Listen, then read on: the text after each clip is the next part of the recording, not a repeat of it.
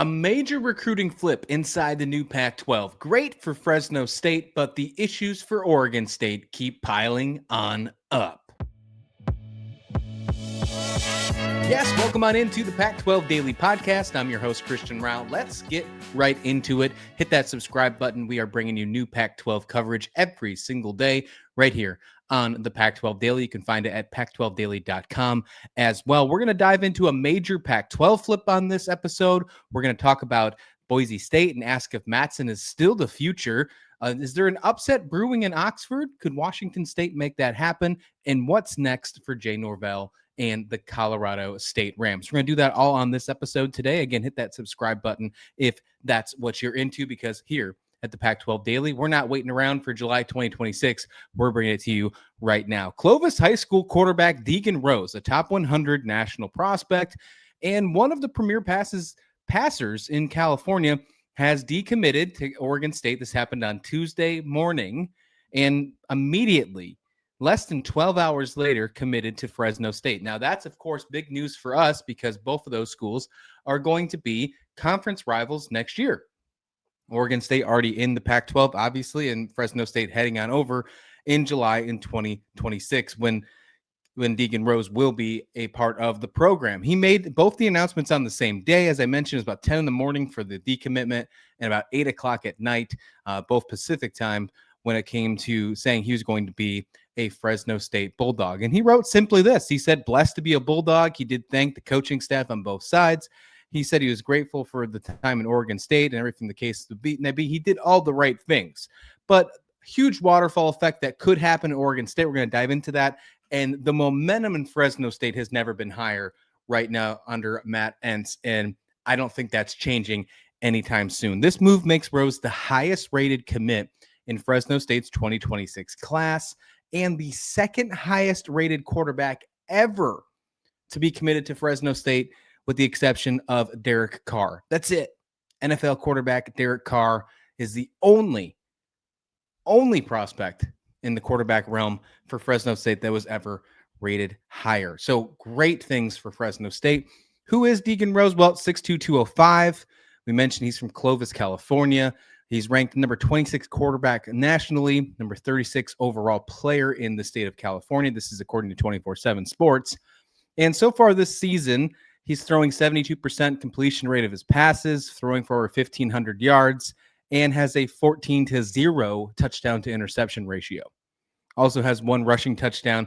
Doesn't rush the ball too much, but again, doing a great job throwing the football. He's near 10,000 passing yards, and in his career stats in high school, 64 touchdowns to 21 interceptions. But again, those 21 interceptions all happened last year and before. None of them so far this season. Scouting reports that I've seen for 24/7 on 3 are calling him, quote, one of the top pure throwers in the West, a polished downfield passer with touch, arm angle creativity, quick release, and functional mobility. And he's also a dual sport athlete. Love when that happens because you get just such good sports IQ and then natural athletic talent. He plays catcher and third base in baseball, so brings that competitive spirit, toughness to the gridiron as well. Why is this huge for Fresno State? Well, I mentioned that this is a top recruit in the 2026 program. That should tell you one thing, but head coach Matt Entz is continuing this momentum. The roller coaster has not even hit the top of the hill yet. And in his first year at the helm, he just landed a commit that sends shockwaves through not just the Mountain West, because this really doesn't involve the Mountain West, but the future Pac-12 conference itself, the entire field of the new Pac-12. Entz and his offensive coordinator, Josh Davis, prioritized Rose. There was some reports that said that he was looked at by the older staff at Fresno State, and he was already committed to Oregon State before Entz got in there. And then they made that a priority. And of course, this happened now in the middle of October. That approach paid off because Rose and his family praised the staff for letting him, quote, figure out what they wanted to do on his own. This is a hometown kid now, Clovis, California, very close to Fresno State. He plans to enroll early as well this spring, which can position him likely of a quarterback of the future once, of course, E.J. Warner graduates this season. Now, the quarterback room is very deep for Fresno State for the future. We'll dive into that in just a second. But overall, this is a huge local win for Fresno State, for the Green V, for all of that stuff when it comes to recruiting, because it's a hotbed in the state of California, for one. And you're moving to the Pac-12. It's a step up in conference from the Mountain West to the Pac-12, but it's still a build-up conference. It's a startup conference with the Power 5 brand name. Okay, let's keep it real.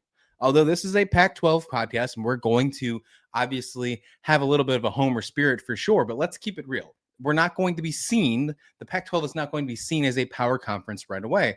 They're going to have to build that up, and that all depends on how the programs who enter this conference help build that program.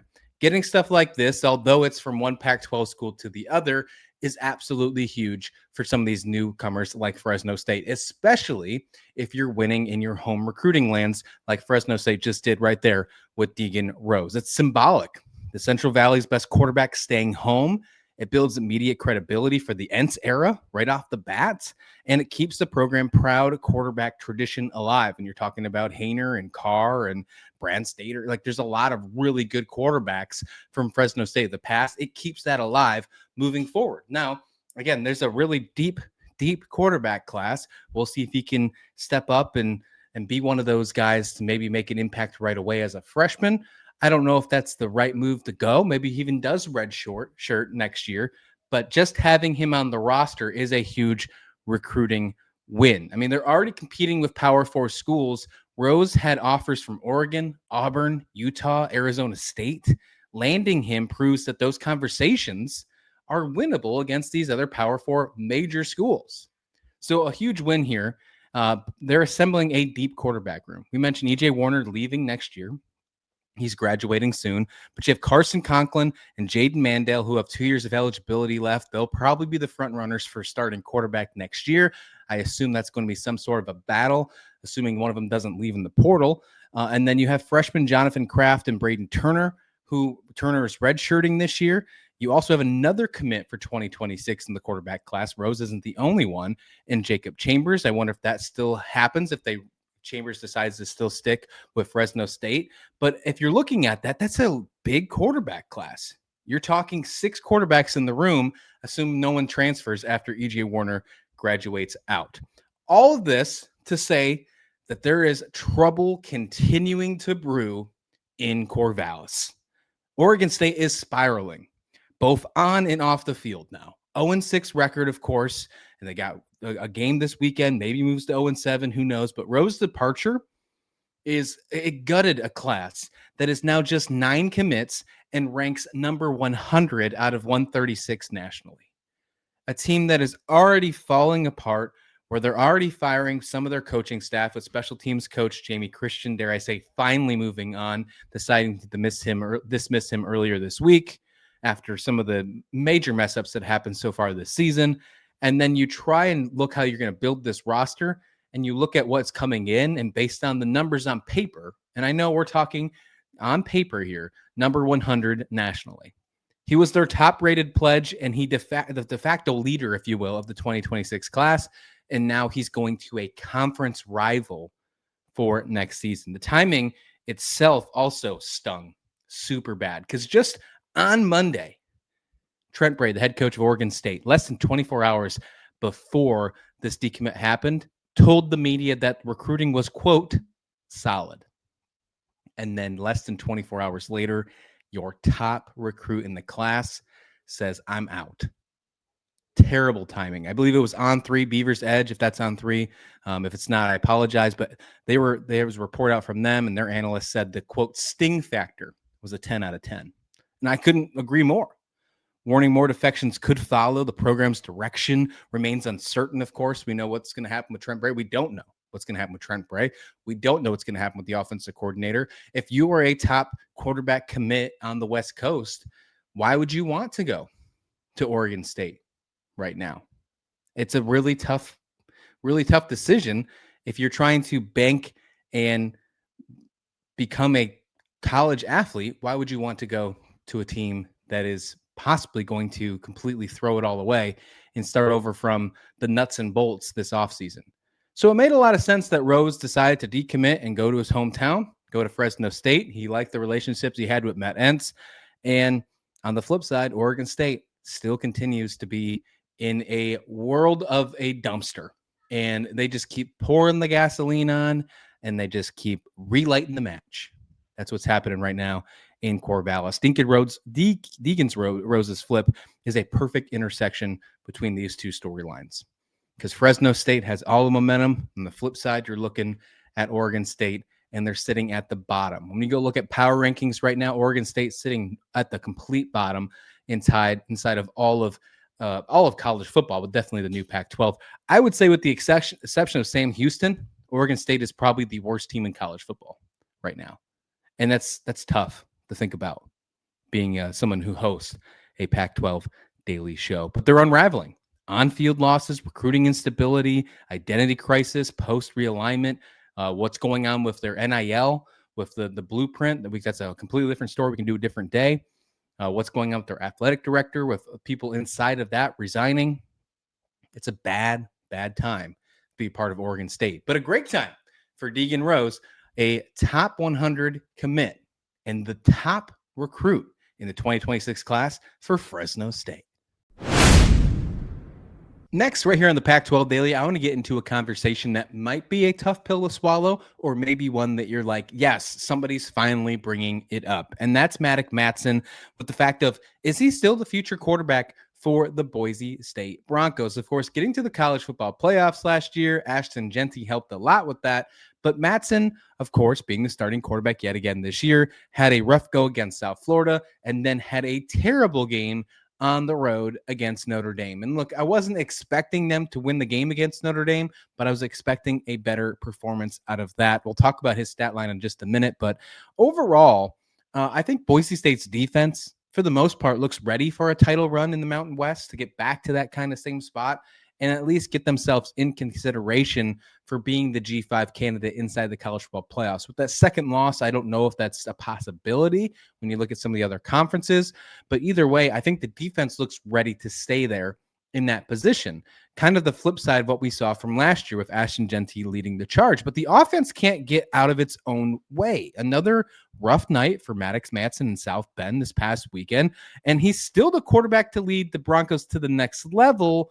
Or is it time to bring in competition next season? That's where I want to lean towards. I don't think this is something that changes this season. And I want to make that very clear at the beginning of this segment. I don't think that's something that we're going to see change this season at all. Maybe if something drastically continues to go downhill and you get another stat line against, like you did against Notre Dame in Mountain West play, maybe you see it in in-game benching.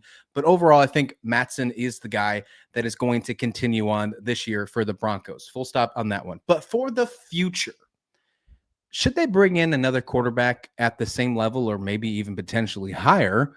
And that would, of course, be the ideal thing, to compete with him for the starting job in 2026 when you're heading to the new conference. It sounds like a sure thing. Like, yes, why wouldn't you want to do that? You want to bring the most things on the table.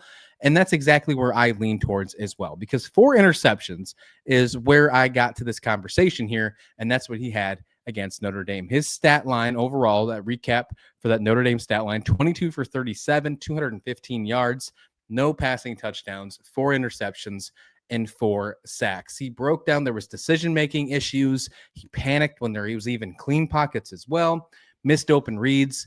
He bailed early on a few plays. The Notre Dame defense definitely stepped up and did a lot of great things, something that I questioned Notre Dame's defense after watching them against Texas A&M and a few other teams this year.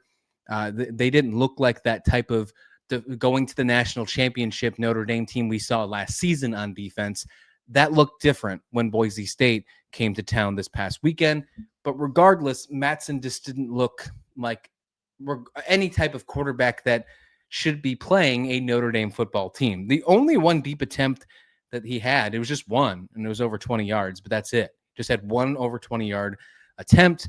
And if you compare that to other big stage games, like as I mentioned, the USF game, the Oregon, Penn State, he trends to struggle against top defenses. So if Boise State wants to continue to stay relevant when it comes to the college football playoffs, something that they were hoping to do yet again this year, being in the preseason top 25 and fell out right away after losing to South Florida, you have to make sure you have the most important position taken care of. And maybe that guy's on the roster behind Matson. Maybe that's the case. I just don't think that is completely true. And even if that is, then I still think you need to bring an outside presence to compete with both of them to make sure you have a true starting quarterback next year. Because right now you're kind of out of it with 2 losses. Most likely are not going to get yourself in the college football playoffs. A lot of things have to go right. And of course, you have to win the Mountain West. If that doesn't happen, you can still have a great season. You can still go 10-2 and win a good bowl game, go 11-2. That's a great thing to write home about, hang your hat on, especially after making the college football playoffs the year before. But the expectation is going to get Boise State to win the Pac-12 in year 1 of getting there and find themselves in conversation of being a potential college football playoff team when they do what most likely will happen, an expansion in next season. So, of course, offensive line protection wasn't great for Matson either. It didn't hold up as good as it should have. The Notre Dame's defensive line tore them up, and Notre Dame's defensive line isn't really that great. But again, you have to find a way to perform, and in big stages, Matson has not. So Mountain West success has been really good. Solid numbers versus conference opponents last year. Can that continue? If so, does that overshadow the fact that if you are still trying to be a top premier program, do we forget about that, right? Because these games happened before. I think you have to keep this in mind heading into the offseason. And that Mountain West success of the past is why exactly I don't think this is a problem that is either quote unquote solved or changed during the year, because he has done well in conference play and he's a locker room leader. Trusted by the staff. He's trusted by his teammates. He does have good mobility. He does understand the scheme of Boise State. And conference play does make good decisions from what we've seen in the past and has a great development upside. He could improve with another full off season and a healthy wide receiver core, maybe a step up on the offensive line.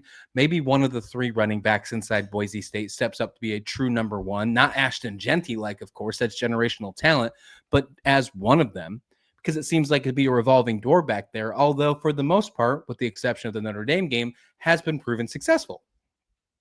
So there's a lot of things and a lot of factors come into play. And that's why I asked the question. I want to hear your thoughts in the comment description below. If you're a Boise State fan, what do you think about Matson moving forward in the offseason? Do you think that they should bring somebody else in to compete with him to make sure you have the true starting quarterback for next year? Continuity factor, switching quarterbacks midseason could hurt teams' chemistry. I don't want that to happen, because I think Boise State can still compete for the Mountain West in the final year of that conference. And I think that's a huge thing to be able to put in your trophy case, to say we left the conference with the trophy. And I think they want that. So there's a good case for it. I think there's a good case away from it as well, because ceiling concerns, right? Looks like a good G5 starter, but again, not college football playoff caliber. Maybe it just isn't the good case for him to be the future quarterback of Boise State. Turnover trends, as I mentioned, costly mistakes in marquee games. He's got arm talent questions, although I think he's very mobile. His arm talent isn't premier when you're looking at some of the other college football quarterbacks that Boise State's trying to get to that level. And of course, there's the good old fan pressure of people growing calls, asking for a transfer portal quarterback. That's where kind of this idea stemmed from. Seeing it on social media, seeing a couple of my buddies who are Boise State fans asking this in group chats, and brought it up to me to say, hey, let's discuss this on the show. So big picture with Boise State offense, I think they get to 10-2. I think they get to the Mountain West Championship game. And if that's the case, then maybe just knowing the coaching staff of Boise State, maybe they think that's enough to say, we trust this guy. He got us to the Mountain West Championship 2 years in a row. And we think that we can get him ready for big games next year. Maybe they don't make that move. Maybe they focus on getting wide receivers, getting offensive talent, and building around him and trusting in that system moving forward. Maybe that's the route. But I'm leaning towards you got to bring at least one guy in the mix to compete with Matson this coming offseason, to prove that it's not just him that's holding you back. And then maybe you can find yourself back in the college football playoffs. Could we get an upset in Oxford against the number 4 team in the country in Ole Miss? Well, for Washington State, that would mean a lot of good things for first-year head coach Jimmy Rogers, but I'm not ready to go that far. But I do think that it's going to be a lot closer than many are talking about, especially Vegas. Let's dive into it here. Washington State heading onto the East Coast, heading to Oxford to take on number 4 ranked Ole Miss, 5-0 team. On Saturday, this game will be at 12:45 Eastern Time, 9:45 Pacific. You can find it on SEC Network. The line is Ole Miss by 32.5. It's actually moved down just a little bit. I think it was started off at 34, the earliest I saw, and I think for good reason that it's heading in that direction. Now, if you want to play the game, Ole Miss is 4-1 against the spread. Washington State's 2-3 against the spread, but you have to remember that there is a new quarterback that's been there for the last couple games in Zevi Eckhouse. Ole Miss is a good team, and for good reason why they're ranked in the top 5 in the country. And I think it's going to be a very tough battle for Washington State. I'm not going to sugarcoat that. I don't expect a win for Jimmy Rogers and the Cougars. However, I think there's a way to leave this game as a respectful loss, and even in a better way, a better feeling. And I know we're not trying to give moral victories here. I'm not trying to do that in this podcast, but you got to be realistic, right? You have to keep that in mind here. You kept up for the first 3 quarters against the Washington Huskies in the Apple Cup. It all fell apart in the 4th quarter, but for the first 3 quarters, that game was anyone's game. You could do the same thing against this team, the Ole Miss. You could do that. You could make that happen against these Rebels. You absolutely can. But multiple things have to go right, and that's what I want to dive into on this episode. If an upset is going to happen, here are the keys to the game to maybe an upset or at least make it close, and dare I say just cover the spread for Washington State. First, of course, let's the easy one. Let's do the cop-out one, and that's ball security and turnover margins. The Cougs can't turn it over. They've had 8 turnovers in the last 3 games. It's killed momentum. You just can't have that happen. That's just an easy one. Let's start off with the easy ones right off the bat. And let's put it in. You got to win that turnover battle too. Not only can you can't turn it over, you got to find a way to win that one. Washington State has a -6 margin so far, ranks 126 nationally. So it's a must flip game for Washington State when it comes to the turnover margin if you want to keep it alive against one of the best teams, and not just the SEC, but all of college football. And let's throw in one more here. The offense had too many drops over the last couple of weeks, especially that 20-3 victory against Colorado State. And I think that game could have been easily 41-3 if you would have had some of those extra catches in the end zone. You can't have any of those drops against Ole Miss. You have to capitalize on every single possession, and I'm talking with 6s and 7s, not 3s and 0s.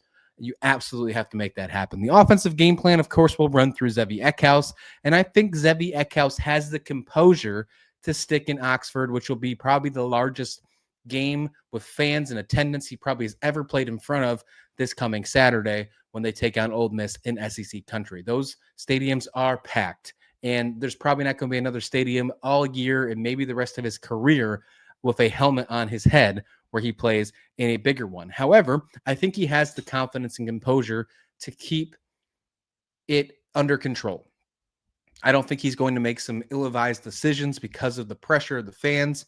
I just don't believe that. If we were still talking about maybe some of the younger quarterbacks that started off the season for Washington State, I don't think I'd be able to have that same type of feeling. But Zevi Eckhouse gives me that confidence and composure. I think they can make that happen. They have to control the clock, though. Washington State must lean on its run game, and that's something that's been terrible all season long. But look, Ole Miss hasn't been the best. If you're looking at and pinpointing one thing on Ole Miss's defense that hasn't been the best this year, it's their rushing defense. They have been ranked 100th in the country, allowing 163.8 yards per game. And if you want to compare that to their passing side, they're 25th best in the country. So if you move one dimensional, if you can't run the football like you couldn't do for the majority of this season so far, and you go one dimensional and all you have is Zevi Eckhouse and his beautiful post balls, his beautiful post route passes, then I think you're in big trouble. So you have to find a way to establish the run.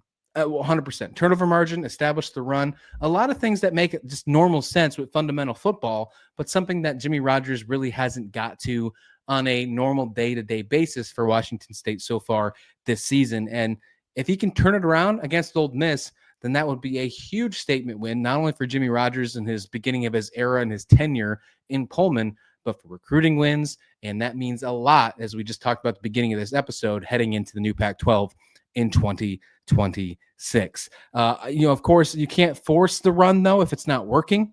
LSU nearly beat Ole Miss. Now, I'm aware I'm comparing LSU to Washington State here. Hear me out, though. LSU nearly beat Ole Miss with under 60 rushing yards. They had 57 rushing yards. Zevi and the receivers can stretch the field if they're clicking. If you're talking Meredith, Ellison, some of those other guys, even if you get Trey Lechner involved with the tight end game, even on that short game, if that's what you have to do, you make it happen with Voorhees as well, and you make that work. If that's the case, you kind of utilize the short passing game with Voorhees and Lechner instead of the rushing game, something they've utilized in the past, especially against the Huskies in the Apple Cup. And you have to reduce the Ole Miss long drives. They've been very methodical this year with 10-plus plays. You have to find a way to take calculated risks defensively to steal extra possessions from Ole Miss, because most likely Ole Miss is not going to punt in this football game or have many turnovers in this one, because they are a powerhouse team. They are on paper, talent level, execution level. There's a reason why they haven't lost a football game yet. There's a reason why the AP poll thinks they're the 5th best team in the country. They are better than Washington State. So in order to steal one in Oxford, you have to do everything better and then some. So taking calculated risks defensively, and maybe sometimes not calculated risks, just risks in general, Jimmy Rogers, I think, is going to have to get a little bit creative and aggressive. And if there's one thing I so far have found out about Jimmy Rogers, he's an intense dude. I don't think getting aggressive is anything that we're going to have to worry about. On the defensive side, you got to bend and you can't break. You're going to have to bend. There's no doubt. Ole Miss is going to work you, but you can't break. Field goals are fine. Touchdowns are not. And that's a very tough thing to do against one of the best teams in the country, but you got to create pressure and force mistakes. You force third down and long situations as well. That also helps, because when Ole Miss has been pushed behind the chains, their efficiency drops. In most of their wins so far this season, only one time have they been above 50% on third down and longs, third down conversions, I should say. So you got to make that happen. You also got to make them beat you through the air. The Ole Miss quarterback competition or completion rate, not competition. The quarterback's completion rate has declined every week since he took over for Austin Simmons in week 3. And of course, you got to find a way to contain those scrambles, because if you can't control him through the air, if you can't force him to pass, that means you're letting him run around. You got to contain him. You got to set the edge, and you got to make him throw the football. Have faith in your Washington State secondary. That is your best case scenario. And of course, if you get that third and long situation, you got to win on third down as well. Control the tempo, play complementary football with a strong start, and have energy and confidence. That's how you win this football game. A lot of things have to go right. I mean, I could have listed basically everything, and I kind of did. But that's exactly how I feel about this Washington State game. There'll be still lots of good things to look after when we're done here. I don't expect this one to be a blowout. I don't think this one gets as bad as the game in North Texas. Now, Ole Miss is a better team than North Texas by a mile. Don't get me wrong. But Zevi Eckhouse wasn't the quarterback in the beginning of that game that threw all those interceptions against North Texas. I don't think Zevi Eckhouse is going to be a turnover machine in Oxford. I just don't. I think they find a way to keep it around and be fairly close heading into halftime. Ole Miss will probably get the better of them in the second half, probably get better adjustments. You got to remember, Jimmy Rogers is bringing 70-plus transfers, most of them from the FCS level. FCS players learning to be FBS players heading into SEC country, probably not going to be the best formula, but it's a true test for them, true gut check, and I'm really looking forward to seeing what Washington State can do in this one. My prediction, I got 49-21. Definitely it covers, but I think they don't win. They don't get blown out, but 49-21 is what I have it. I think that's fair. I think you can hang your hat on that, especially if you have a strong first half, head them into the locker room sweating. And I think that's exactly what you got to work for. Because after that, you got another tough matchup. You're back in the East Coast again with another AP Top 25 team in UVA, Virginia, who's been very good as of late. So lots of good things for Washington State. Do I think they have an upset in Oxford? No, I do not. But if you're the betting man, I'd take that backdoor cover. Let's finish off this episode with a question that is looming in Fort Collins. What to do with the Colorado State Rams? They are 1-4 on the season, coming off a, dare I say, embarrassing 45-24 loss to San Diego State, who moves to 4-1 on the season. But both of these offenses were struggling heading into this game. San Diego State figured it out. Jaden Denegal going for 256 yards. Their rushing attack was absolutely insane, rushing for almost 300 yards. And their receiving core did a good job as well, especially Jordan Napier with 150 plus yards in receiving. On the flip side, though, Jay Norvell hands over play calling to Matt Mummy, and it's the first time he does a play calling. It's changed up. Of course, it's the second career start for Jackson Brousseau as the quarterback for Colorado State.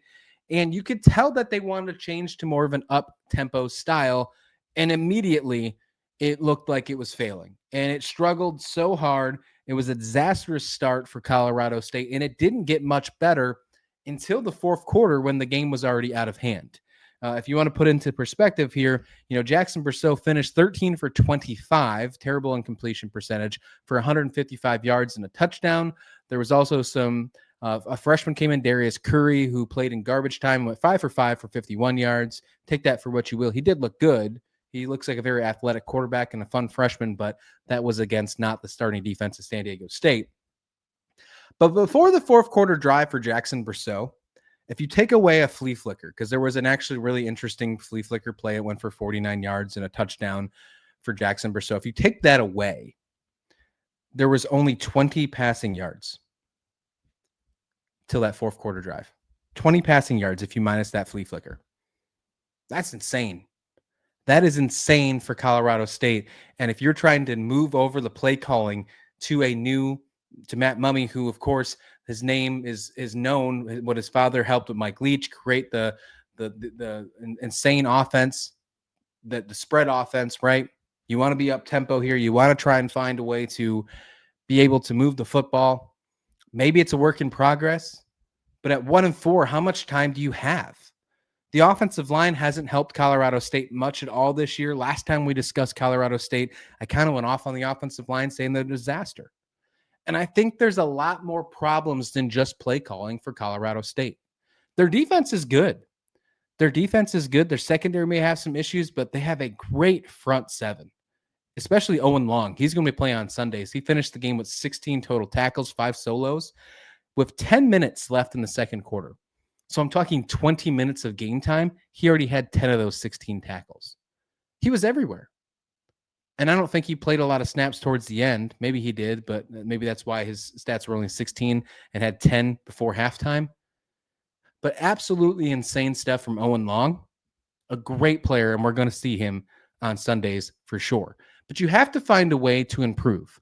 You're heading into the Pac-12 this next season. Is Jay Norvell still going to be the head coach? That's a big question as well. Would you call him on the hot seat? I think you have to at least consider it. And now you have a game against red-hot Fresno State.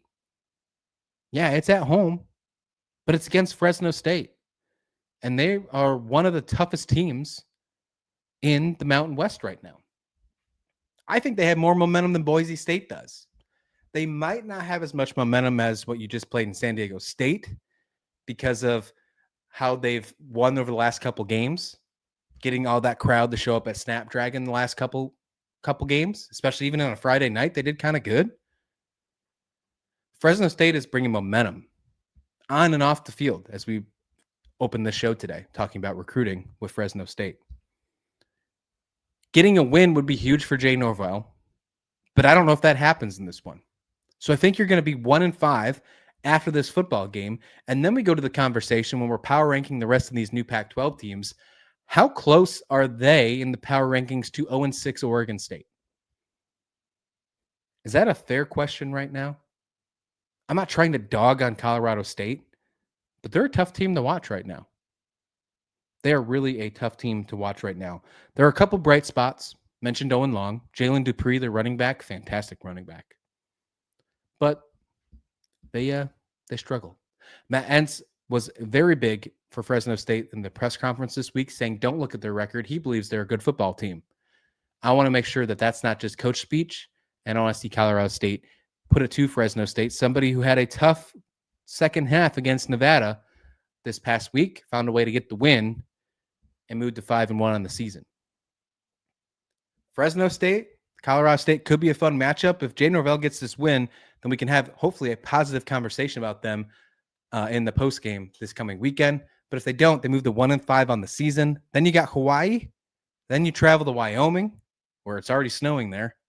UNLV, who's been kind of a wild card so far this year. You're at New Mexico, at Boise, and then you finish against Air Force. How many of those do you feel like are good wins? Is that enough? If you move to 1-5 after a loss to Fresno State, assuming that happens this weekend, do you have enough to get to 6 to get yourself at least to bowl eligibility? That'll be a tough task to finish off your second half of the season. That'll wrap it up for this episode of the Pac-12 Daily Podcast. Do me a favor, if you haven't already, hit that subscribe button. We're bringing you new Pac-12 daily coverage every single day right here on the channel. We'll bring you so much more. And if you're looking for written stuff, you can check it out at pac12daily.com. We'll see you back here next time.